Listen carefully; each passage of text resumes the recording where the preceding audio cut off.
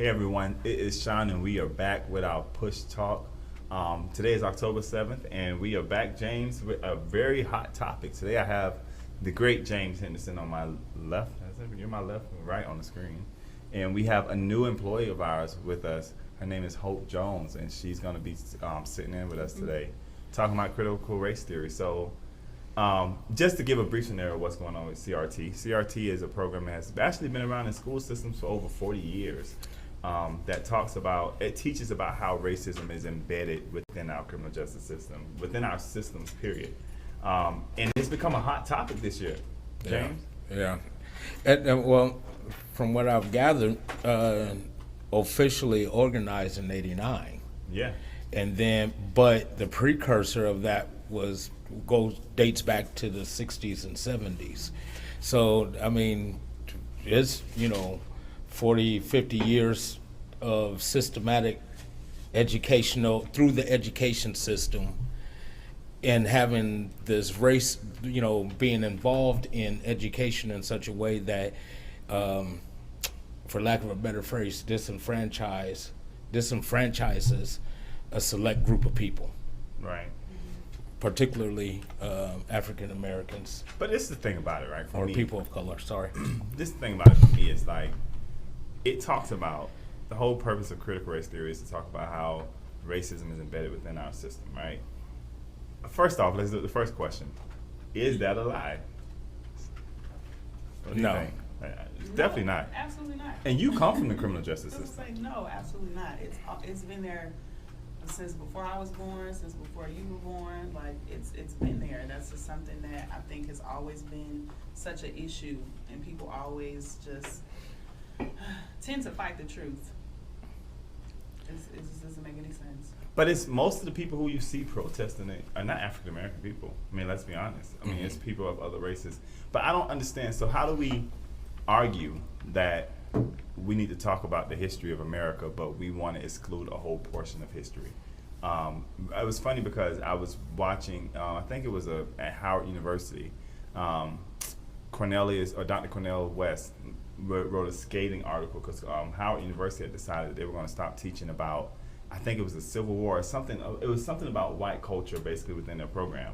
And he was like, that's not what education is all about. Education is about literally you give me all the details and it's for me to make a decision in my mind of what's right and what's wrong. Right. And I think that, the same people who are arguing that we need to stop being so critical about certain things that we allow, like there's been people who have been banned from going to schools, and these same people have gone on and said you shouldn't ban them for giving an opinion. But right. It's when it's only the opinion you like that we need to teach. No, I want to learn about the opinions that I don't like. I want to learn about the opinions that I do like, and let me make a decision on what's right and what's wrong. It's not for me to pick and choose what the information I get, and then I remember hearing that in the state of Texas, they've been changing the history books and excluding what I learned, or what most of us in this room have learned as far as slavery was concerned. I was in Williamsburg, and in Williamsburg there is a museum where they teach up there, and it shows the life of colonial and slavery and they have a whatnot. whole park dedicated to it. Absolutely. And in that park, one of the things that they were teaching the kids, and one of the educators came back to me, and he came back in disgust, and I was like, why are you looking so, why you all frowned up? And he said, they're telling these kids that that African Americans came basically on their own accord, and that they were migrants, and that they were sold the goods of the products from the fields, and took it to market to sell, as like they made that choice on their own, when actually all of that took place through slavery. Right.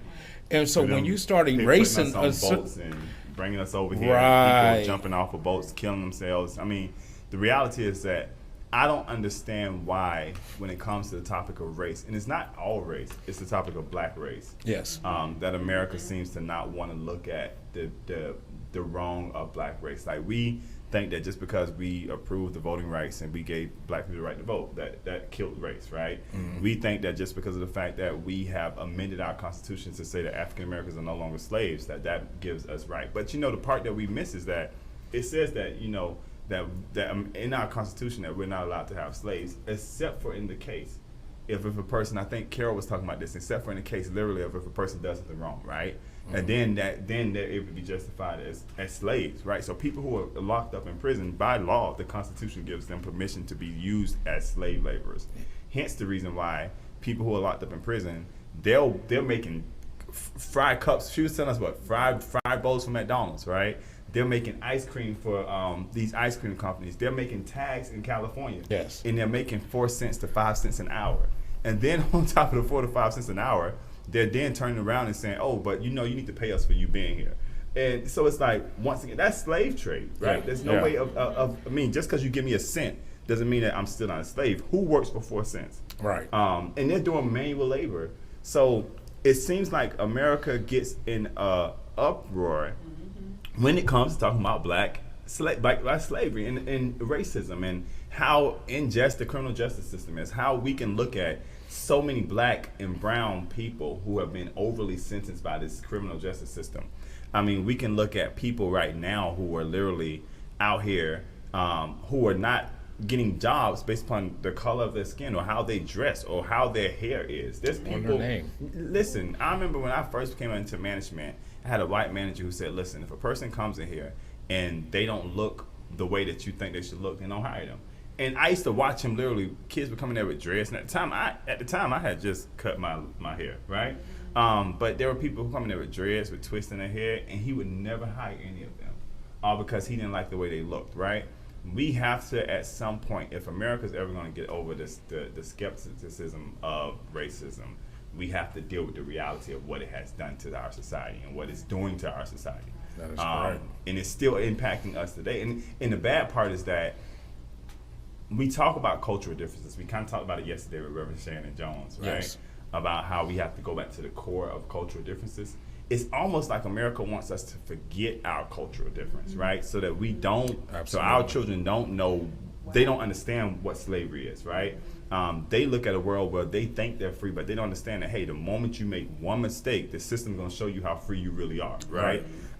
They don't understand that, right? And it's even, and even as parents, definitely in the black culture, because of the fact of the older generation remembering what the past was, we've tried to protect our kids from actually knowing the past versus teaching them and making them walk through it. Like, I was having a discussion with somebody recently, and I thought that they needed to chastise their child in another way, right? I mean, their grandchild, whatever, in another way.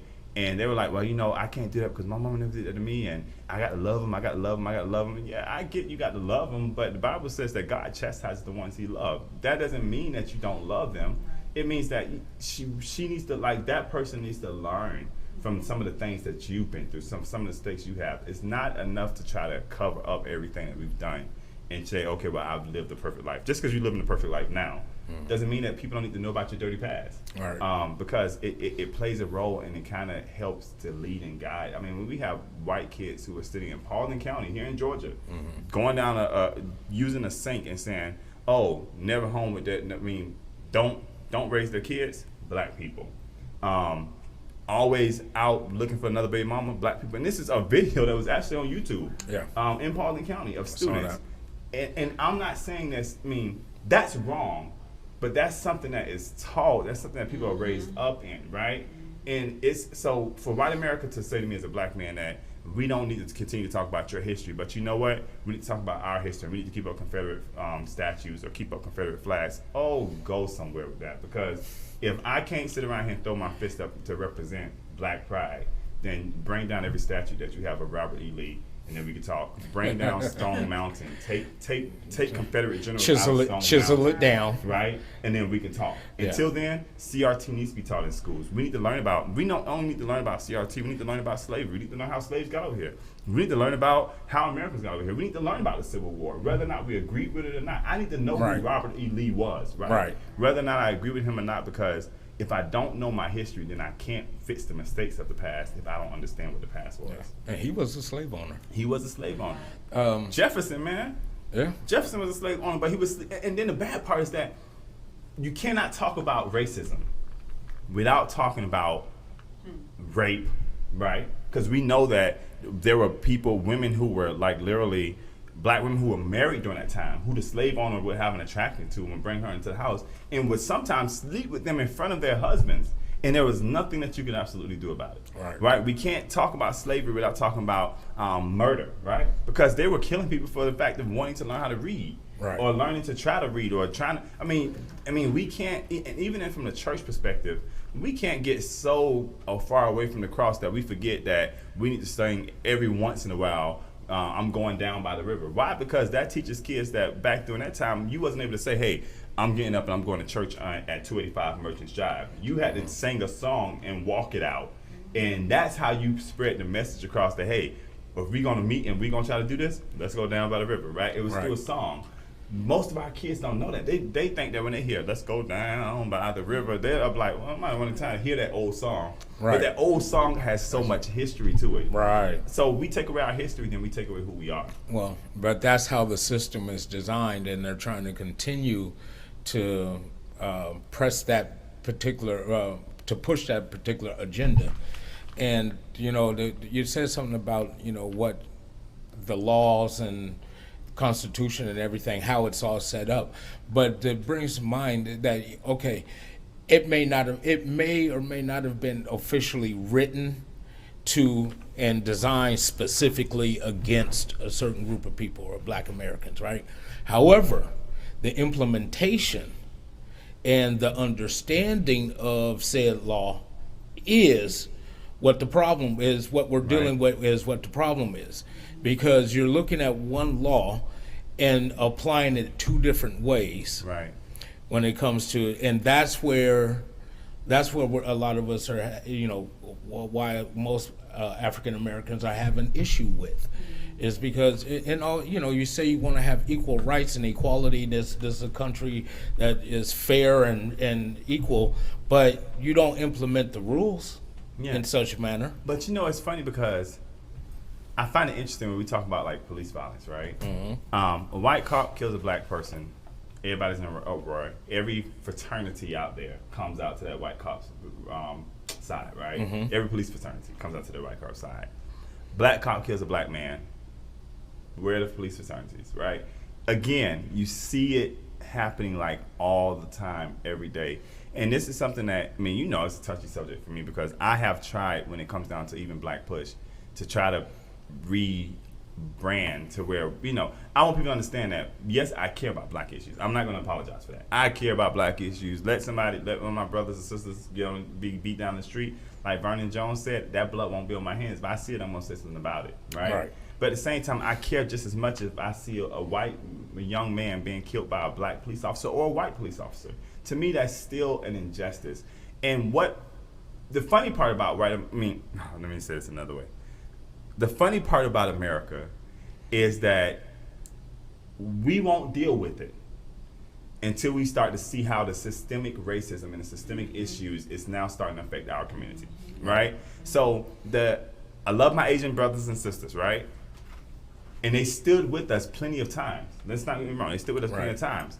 But it became a big issue in their community when it started coming on into their own neighborhood, right? When we began to see Asian brothers and sisters being beaten up and treated a certain kind of way, all because we had a leader who tried to tie them into how COVID got here, right? But that's when it became an issue for them. And again, I'm not knocking them because that's who we are that's who we are as a world. Like, I hear that your mom passed. Mm-hmm. Oh, I'm sorry. Yeah. I'm sorry. Right? All right. Let my mama pass.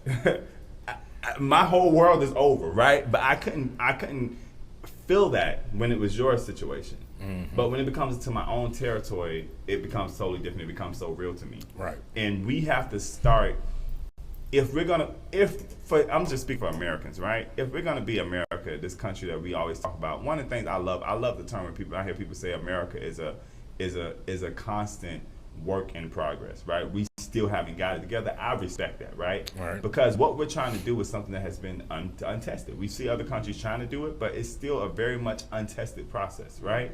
But if we're going to be in America that's for everybody, we have to start feeling that same pain. Like, who can look at George Floyd being killed and say that was justified? The first person who told me about it was not like the person you would expect to be like Ryan or you. It was a white woman who worked in the office with me who was very much politically disaligned with me. Mm-hmm. And when I walked into the office, she said, "Did you see the video of the guy who got killed?" I said, "No." And she showed it to me. She's like, "That cop needs to ride," right?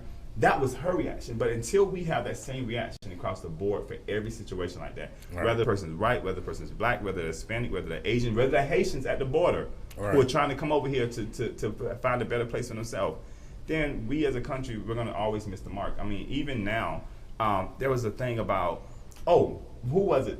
Fred was telling us the other day, Fred Swan was telling us the other day, how there was a bill that passed the federal government to wipe away the debts of every black farmer.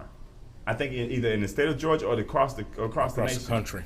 And white farmers got upset and started complaining about it and saying, well, our debts need to be written off too. And now the whole bill is being held up in the court because of the fact that it was but how many bills have they passed that only impacted white America? That black people did not get up and get routed for it. So again, CRT is one of those things, is like 40, 50 years now, this has been the school system, right? Yes. Now all of a sudden it's such a big deal. And why would it be such a big deal at a moment where George Floyd has happened, Breonna Taylor has happened, Trayvon Martin has happened? All these things happen now because you know about it a little more.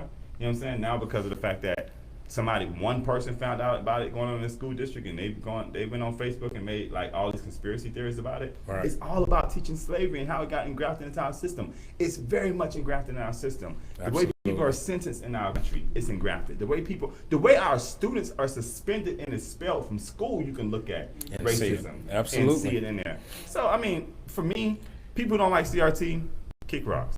Yeah. I have to agree with you. and you know I'm not this controversial. Disco, you know I'm not this controversial. But the fact remains is that this is some stuff that has taken place, and we were talking about how when you come from a diverse school, and if you're all for diversity, and really you have to actually walk the walk. Right. If you really are for diversity. If you're not for diversity, that's fine. I mean, that's your opinion and you know how you feel about things.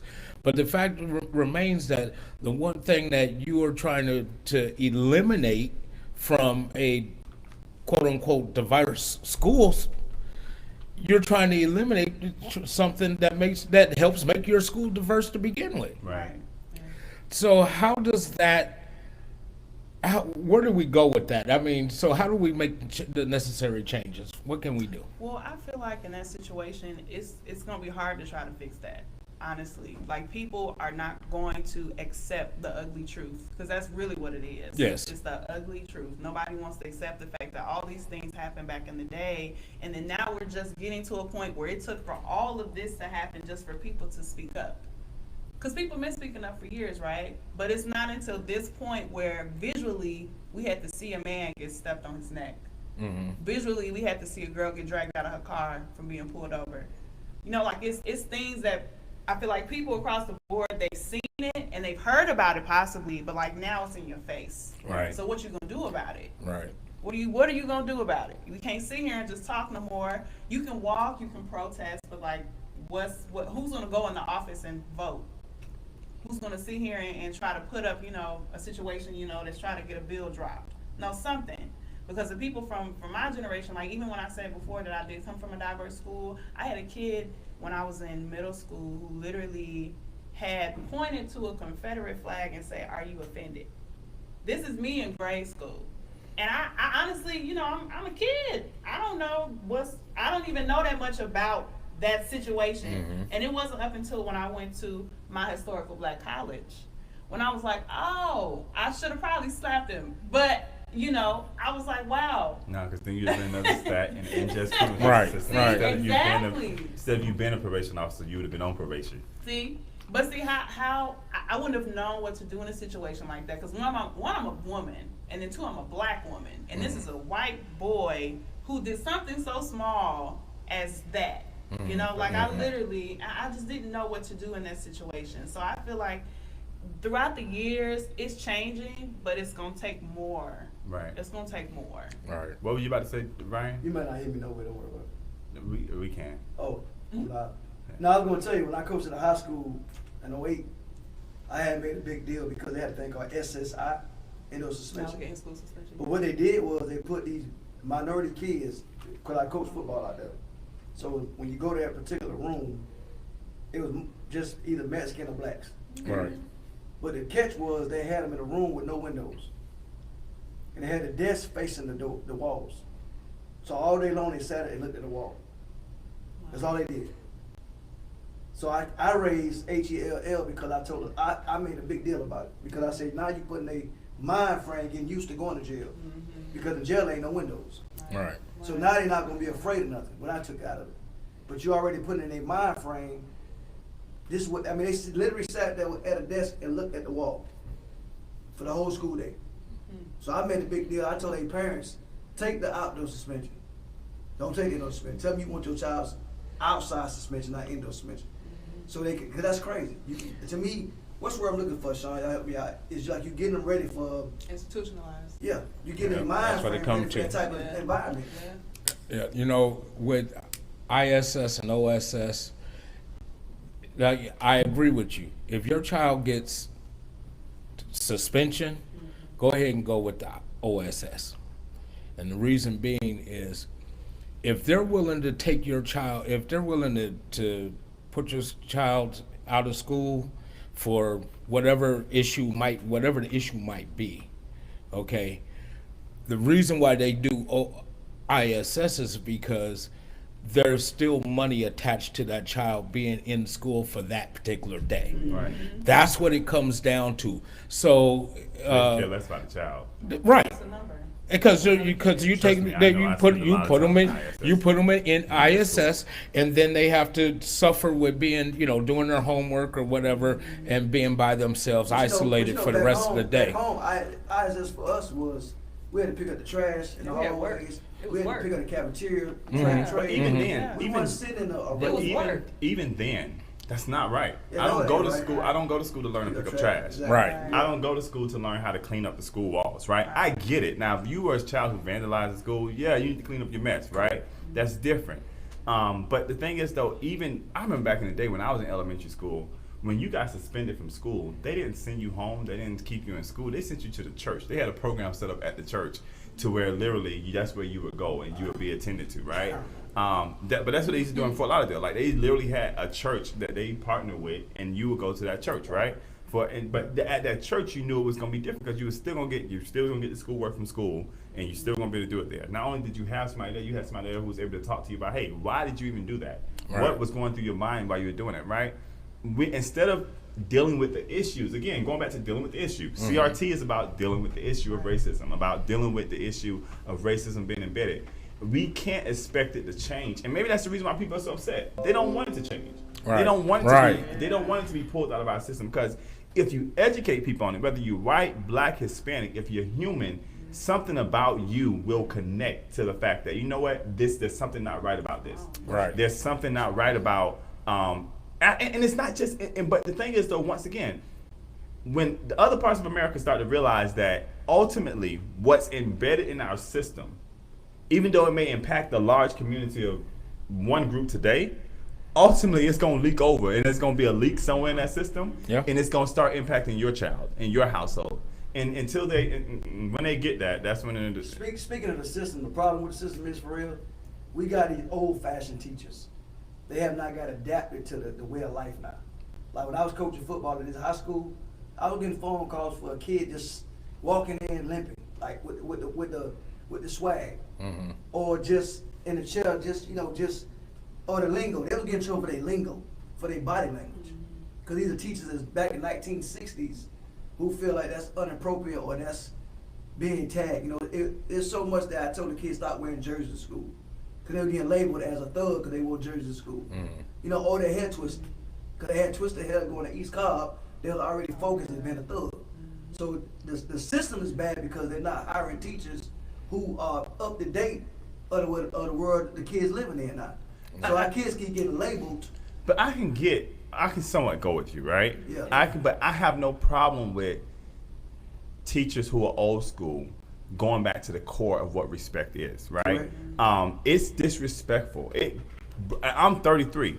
I cannot stand walking behind a child, whether they're white, black, and this is not just black kids, it's every race, with their pants hanging down, and I have to look at their boxer briefs. That's disrespectful. Of course. But yet, if you say something to somebody's child, don't say nothing to my child, right?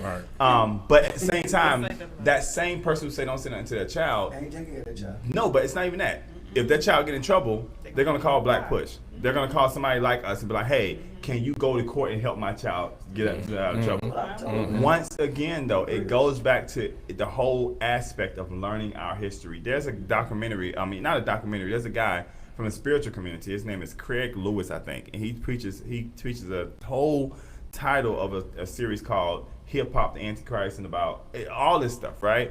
And he talks about music, but he also points out like the original image of what a thug was, right?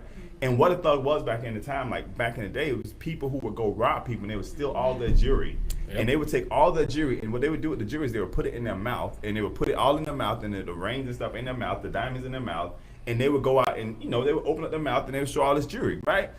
Again, not knowing the history of that, I think that's cool now, right?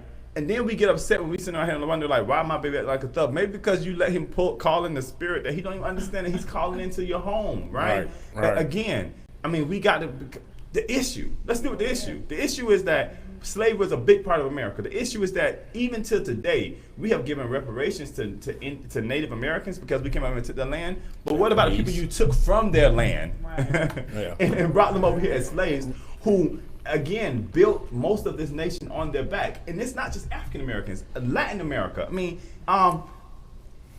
there was a guy, because they're getting ready to build a museum for the Hispanic community, right? Hispanics were here before what we call America was, right? Right. They were here. I mean, think about it. Texas used to be a part of Mexico. Florida used to be a part of Spain, right? They were here before we were. And for us to sit around and say now, like, that they have no right into the land, or we don't want them here, is ignorant. Because once again, just like African Americans, they have given their blood, their sweat, and their tears. We got to remember that most of the time, like how we, and even as black people now, right? It's so funny because I hear black people like, "Oh, I would never go out and pick cotton." Fool, your ancestors was out there picking cotton for plenty of years, right? And now we look down on Mexicans and stuff like that, on their race, because we're like, oh, well, we need them over here because we need them to pick cotton. No, we need some of y'all black people to go out there and pick some cotton too. Why? Because I want to go and I want to use Q-tips. I want to go and I want to get a blanket from the store. We use cotton for those That's right. jeans, right? We use that for that issue.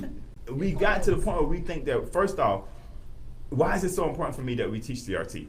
For as a culture, I need to understand where I come from. And it humbles me to realize that, you know what, I'm no better than the next man. I'm no better than the garbage man. I'm no better than the people who work on farms. I'm no better than the person who work in a restaurant. I'm no better than any of them, because in my bloodline, that's where I come from, right?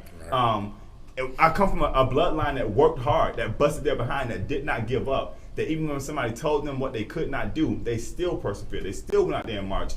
Even when people told John Lewis, don't cross that bridge, what did he do? He still went and crossed that bridge anyway, because he understood that even though I may lose my life crossing this bridge, what I'm going to do is going to impact the generations back past me. I talk to some kids now. I'd be like, I'd be like, I met Congresswoman Nikema Williams, and she took over John Lewis's seat. They were looking at me like, oh, okay, that's great. Then the next question they asked me is, who was John Lewis, right? And it's like, again, and I'm 33. That's a 20-year-old child. Just think about how much history I have not gotten yet, right? Think about how much history your generation didn't get yet. And then too, part of it too is, if they do take CRT out of school, who cares? Because it's the black family's obligation to teach black home. history in your Yes, home, sir. right? And that was one of the things, like when people used to always be like, get all bent out of shape, like, oh, now they don't ban praying in schools, children can't pray. Listen, if you're a Christian, you can't stop me from praying in school. I remember right for the FCAT, they had just banned it in Florida. I put my head down and I said a prayer before I do that. And nobody could stop me from doing that. There's certain things that we get all bent out of shape about, but even if they take CRT out of schools, that don't stop me as a parent, and I'm not a parent, but they don't stop me from as a parent or uncle from being able to sit down with my nephew and saying, hey, let's talk about Vernon Jones. Let's talk about Martin Luther King. Let's talk about John Lewis. Let's talk about all these different people that we celebrate. Let's talk about Harriet Tubman. Right. Let's talk about James Henderson. Let's talk about Ryan. Right. Ryan has a past. You know what I'm saying? Let's talk about these things that are going on in our black community each and every day. And we have an obligation to do that in the homes too. So for black people who are upset about CRT and them trying to take it out of school, well, why don't you get a book and try to teach your child yourself? Well, it's not really the black. It's not really the. It's not the black. The library. It's not the African American community. They don't know.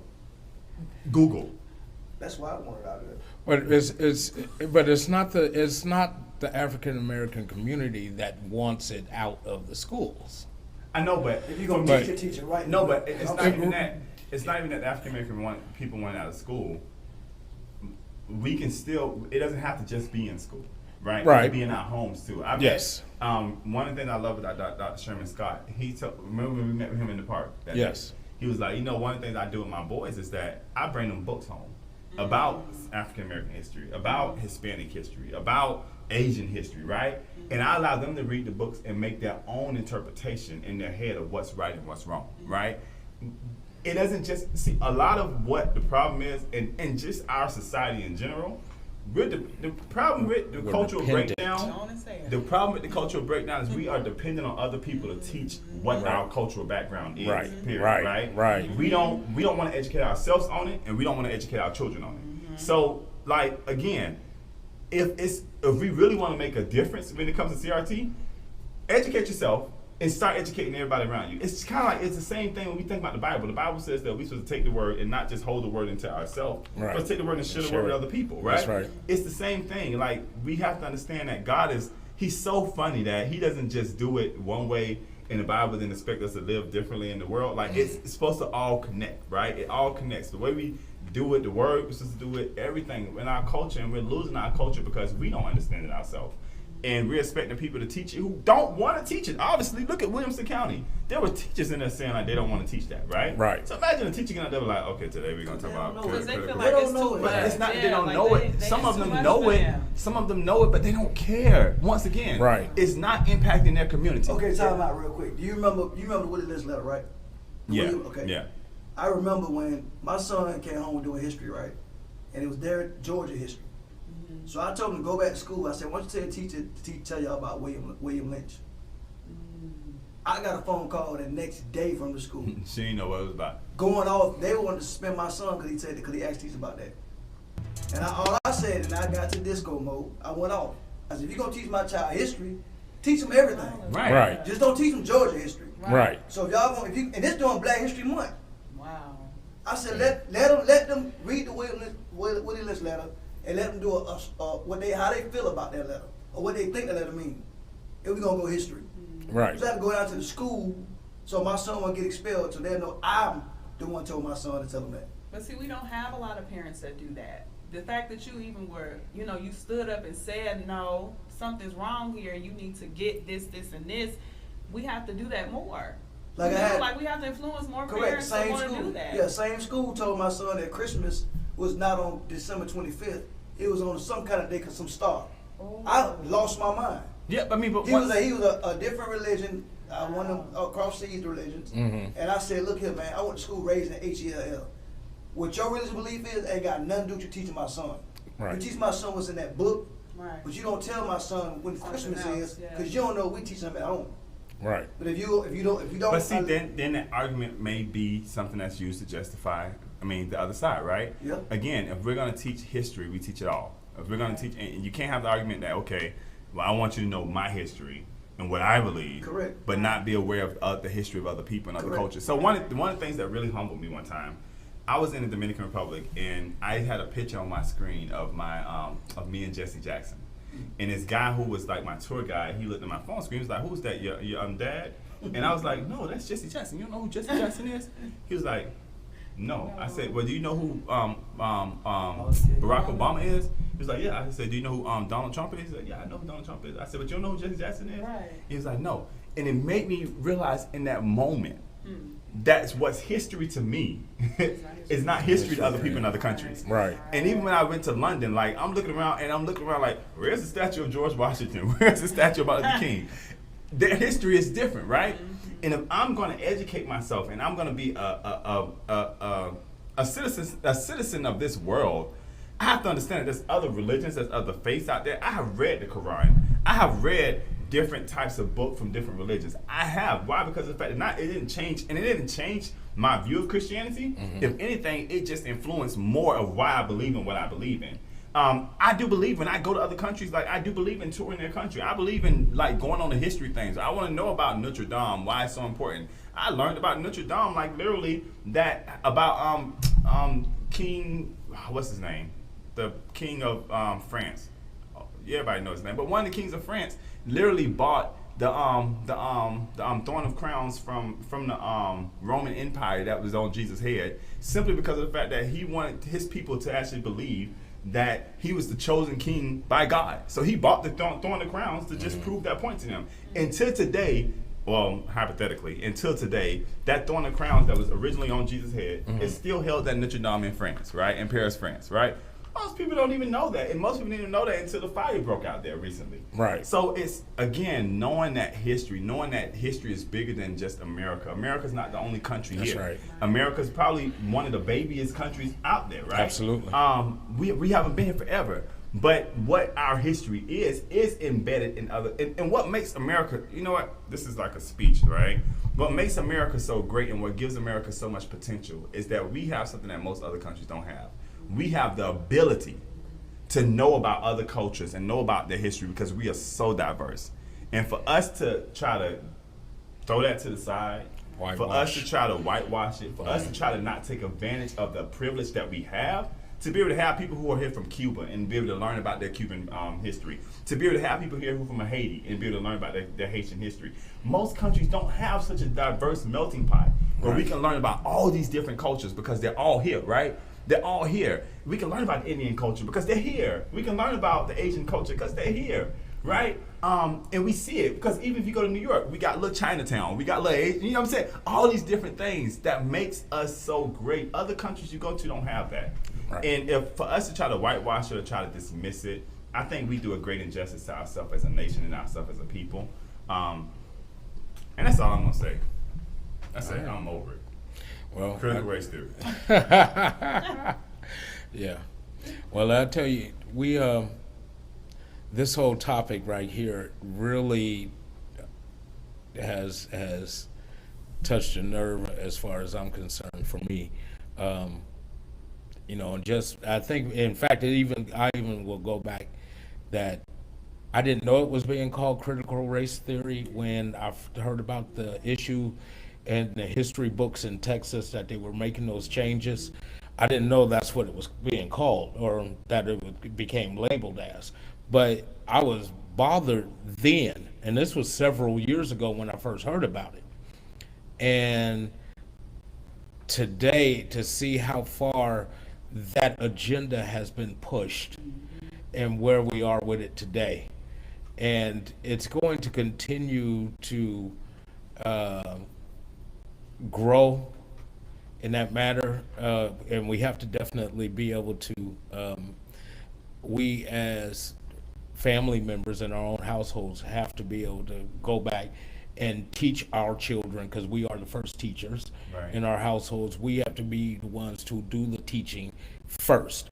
And if you don't do a whole lot of reading, if you're one of those parents that don't do a whole lot of reading or never did, you got a cousin, auntie, sister, brother, somebody in your family does. And we need to get out there and use the other villagers to help us, where we do not always have to depend on others outside of our community to teach us. Right. because that's wherein lies part of the problem. You know, it's funny. I'll end by saying this. You know, we watched the movie Pocahontas so much, right? And one of the parts about Pocahontas I love is that you used to see the ancestors, and the ancestors was the one who taught the classes. They were the ones who taught the kids about their history, about what was going on. Where are our ancestors? Where are the voices at now? And the ancestors, when I refer to ancestors, I'm not referring to people of older age. Where's the church? Where are people who are leaders in our community actually speak out on some of these issues? And we see these videos, and if you don't see us there represented, we're arguing about it online, we're writing an article about it, we're posting on Facebook, or we're doing it on Twitter, but we're not in the meetings, right? Right. And I always say this, that there comes a point where we have to stop yelling in the megaphone and sit down in the room and actually hold a discussion with somebody. Because that's where Martin Luther King, yes, he was great at a megaphone. He was great. Give him a mic, he'd tear it up. But he also understood that there was a time where he had to stop ripping Lyndon B. Johnson in public and sit down with Lyndon B. Johnson in the Oval Office and actually have a discussion about how we move things through, right? We need both. We can't do one without the other. And we have some people who are yelling on megaphones just to be seen and to make a name for themselves. Definitely in the social media generation, that we don't have people who are willing to sit down and have discussions with people anymore. And that's what we're going to miss out on. And we're going to lose a whole generation because of it. Yeah. So that leads us into learning how to become ancestors ourselves. Absolutely. And filling that void. When you mentioned it, the first person that came to mind was Dick Gregory. You know, an ancestor in our modern times. So, that makes, and looking back on his topics, and some people may not like the way he phrased it, but truth is truth. Truth is truth. Well, it was a good discussion today. I mean, I never get this passionate about anything, but just today it was on point, critical race theory. But we want to just remind everybody, remember to check in with us every day at 1 p.m. We have different guests who are here. Thank you, James, for coming up with this topic today. Thank you, Hope, for being willing to join us today on your first podcast, and welcome to the organization. Yes. And thank you, Disco, for giving your input today, because it's very rare we get Disco to come on podcast. But remember, everybody, we have a whole bunch of different events coming up. Please continue to go to our website at www.blackpush.org to find out what we have going on and what we have coming up. And stay blessed.